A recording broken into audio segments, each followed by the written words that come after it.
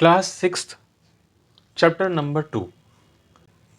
आखेट, खाद्य संग्रह से भोजन उत्पादन तक। तुषार की रेल यात्रा। तुषार अपने एक रिश्तेदार की शादी में दिल्ली से चेन्नई जा रहा था। रेल में उसे खिड़की वाली सीट मिल गई, जहां से वह बाहर का नज़ारा देखने में मग्न हो गया। तेज दौड़ती गाड़ी से उसने देखा कि पेड़ पौधे, घर, खेत खलिहान बड़ी तेजी से पीछे की ओर छूटते चले जा रहे थे। तभी उसके चाचा ने उसके कंधे पर हाथ रखकर कहा, पता है, लोगों ने मात्र 150 साल पहले रेल से यात्रा करनी शुरू की थी। बस तो उसके कुछ दशक बाद आई। तुषार सोचने लगा कि जब लोगों के पास आने जाने के लिए तेज रफ्तार वाली सवारियां नहीं थी, तो क्या वे यात्रा ही नहीं करते थे? क्या वे अपनी सारी जिंदगी एक ही जगह पर बिता दिया करते थे? नहीं नहीं, ऐसी बात नहीं थी। आरंभिक मानव, आखिर वे इधर उधर क्यों घूमते थे? हम उन लोगों के बारे में जानते हैं जो इस महाद्वीप में 20 लाख पहले रहा करते थे। आज हम उन्हें आखेटक, खाद्य संग्राहक के नाम से जानते हैं। भोजन का इंतजाम करने की विधि के आधार पर उन्हें इस नाम से पुकारा जाता है। आमतौर पर खाने के लिए वे जंगली जानवरों का शिकार करते थे, मछलियाँ और चिड़ियाँ पकड़ते थे, फल मूल, दाने, पौधे, पत्तियाँ, अंडे इकट्ठे किया करते थे। आखेटक खाद्य संग्राहक समुदाय के लोग एक जगह से दूसरी जगह पर घूमते रहते थे। ऐसा करने के कई कारण थे। पहला कारण यह कि अगर वे एक ही जगह पर ज़्यादा दिनों तक रहते तो आसपास के पौधों, फलों और जानवरों को खाकर समाप्त कर देते थे।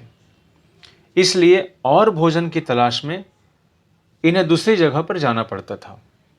दूसरा कारण यह कि जानवर अपने शिकार के लिए या फिर हिरण और मवेशी अपना चारा ढूंढने के लिए एक जगह से दूसरी जगह जाया करते हैं।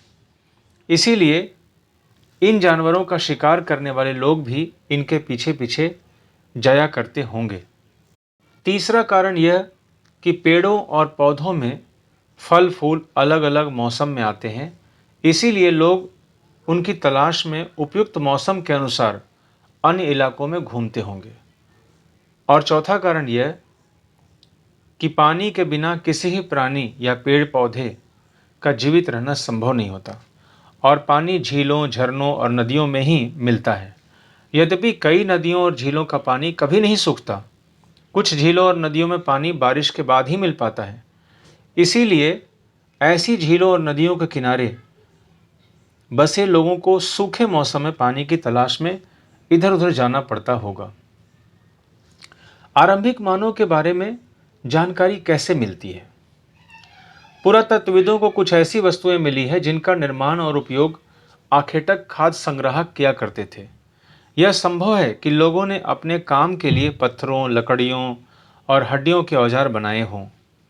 इनमें से पत्थरों के औजार आज भी बचे हैं।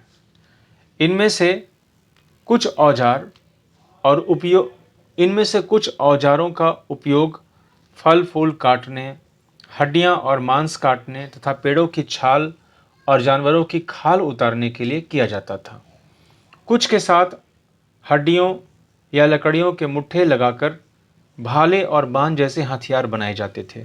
कुछ औजारों से लकड़ियां काटी जाती थीं। उपयोग लकड़ियों का उपयोग ईंधन के साथ साथ झोपड़ियां और औजार बनाने के लिए भी किया जाता था।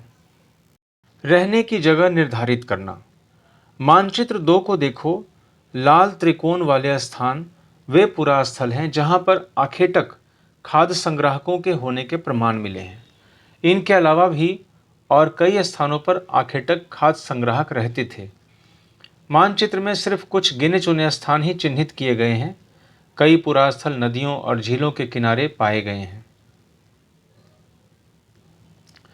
चूंकि पत्थर के उपकरण बहुत महत्वपूर्ण थे, इसलिए लोग ऐसी जगह ढूंढते रहते थे जहां अच्छे पत्थर मिल सकें। शैल चित्रकला, इनसे हमें क्या पता चलता है?